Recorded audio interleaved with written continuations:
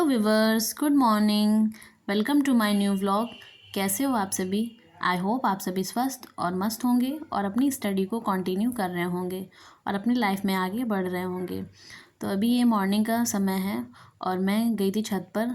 तो मैंने देखा कि बहुत ही कोहरा है आज और आज बहुत ही सर्दी थी। उसके बाद में मैं गई थी मंदिर। तो माता रानी के दर्शन आप लोग भी कर लीजिए। आज मेरा फास्ट है क्योंकि आज पूर्णिमा है।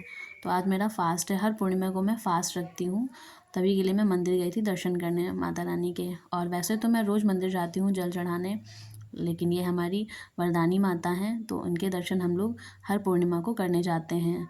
उसके बाद में दर्शन करने के बाद में मैं आ गई थी यहाँ पर टू डू लिस्ट बनाने। टू डू लिस्ट में मुझे क्या क्या पढ़ना है आज, तो वही मैंने लिखा है।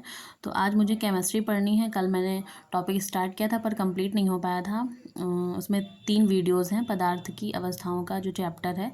तो आज मैं वो दोनों कंप्लीट कर लूँगी। कल एक ही वीडियोस कंप्लीट हो पाई थी क्योंकि कल संडे था तो मेरी ज़्यादा पढ़ाई नहीं हो पाई थी। तो इसीलिए मैं आज जो वीडियोस बची हैं उनको कंप्लीट कर लूँगी, उनके नोट्स बना लूँगी। उसके बाद में मुझे हिस्ट्री पढ़नी है।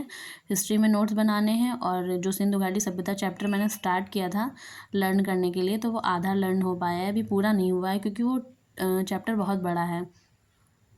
तो इसीलिए मैं उसे लर्न करूँगी और रिवाइज़ करूँगी जो पिछला मैंने लर्न किया था। उसके बाद में सबका लंच और ब्रेकफास्ट बनाने के बाद में मैंने किचन साफ़ किया। उसके बाद में मैं यहाँ पर अपना व्रत का फलाहार बना रही हूँ। यहाँ पर गाजर का हलवा बना रही थी और वही चाय बनाऊँगी और चिप्स, यही व्रत में मैं खाती हूँ। तो वही मैं बना रही थी। उसके बाद में बनाने के बाद में मैं आ गई थी अपनी स्टडी करने। तो स्टडी में मैं अभी यहाँ पर मैथ्स प्रैक्टिस कर रही थी। मैथ्स में जो परसेंटेज टॉपिक था वो, क्योंकि बहुत बड़ा टॉपिक है तो एक दिन में तो कंप्लीट नहीं हो सकता और सर रोज़ रोज़ क्लास लेते हैं तो मैं रोज़ रोज़ ही देखकर उनसे टॉपिक कंप्लीट करती हूँ। तो वही मैं यहाँ पर अभी थोड़ी प्रैक्टिस कर रही थी क्वेश्चंस की, जो पिछला टॉपिक पढ़ाए गए हैं उनकी प्रैक्टिस कर रही थी। तो कुछ क्वेश्चंस मुझे नहीं भी आ रहे थे, तो जो क्वेश्चन नहीं आते हैं उसमें डाउट सेशन होता है तो वहाँ पर भेजकर वो डाउट क्लियर कर दिए जाते हैं। WA बैच से पढ़ती हूँ।